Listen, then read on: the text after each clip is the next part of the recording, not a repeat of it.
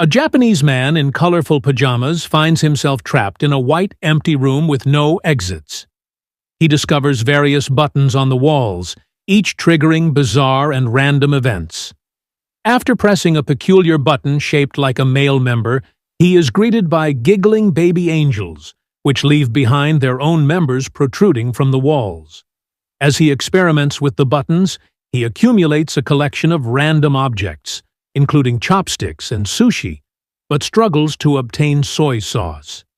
His attempts to find a way out lead him to discover a hidden door, but he quickly realizes he must keep a specific button pressed to keep it open. He tries various methods to achieve this, including using a vase and filling it with sushi, but nothing works. Frustrated, he devises a plan involving a rope that appears from another button, hoping to swing across the room before the door closes. However, he finds another door locked and must return to the main room, where he accidentally activates more buttons, revealing a floating key. Determined to keep both the key and the door open, he carefully marks the button that reveals the key and uses a plunger to help him reach it. After several attempts, he successfully grabs the key and prepares to press the door button again, eager to escape the absurdity of his situation. He quickly inserts the key into the lock, but discovers an additional lock requiring a 3-number combination. In a moment of frustration, he throws the plunger, inadvertently activating a button that releases an African tribesman. Noticing the 3 numbers painted on the tribesman's forehead, he realizes they are the combination he needs. With urgency, he swings on the rope to input each number. But when he finally manages to open the door, it gets stuck, leaving him trapped and devastated.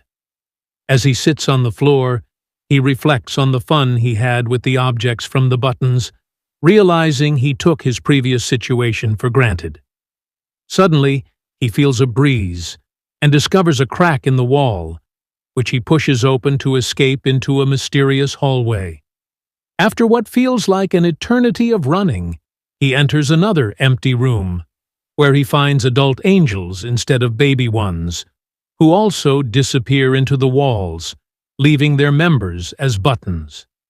This phase is known as practice. Meanwhile, in Mexico, little Antonio's family is concerned about his father, Escargot Man, who is unusually quiet before a wrestling match against a younger opponent. His daughter, Sister Karen, drives him to the ring, where they prepare for the match. As the match begins, Escargot Man and his partner, Silver Eagle, face off against the Northern Tough Ones.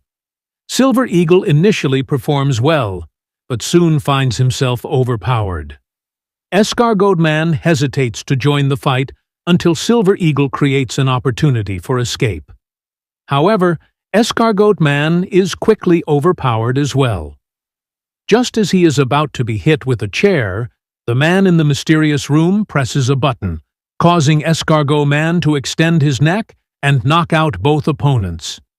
The man continues pressing buttons, causing various chaotic events around the world, from a metal singer breathing fire to a magician failing his trick. Frustrated, he notices light above and realizes he can climb the walls using the member buttons. As he ascends, each button he touches triggers significant events on Earth, from flowers blooming to monumental achievements. By the time he reaches the top, he has transformed, gaining the ability to float like the angels. Embracing his newfound power, he begins to purposefully select humanity's greatest moments instead of randomly pressing buttons. Surrounded by feathers, he enters a glowing portal that leads him to the final room, adorned with the continents and a massive member button, signaling the beginning of the future phase.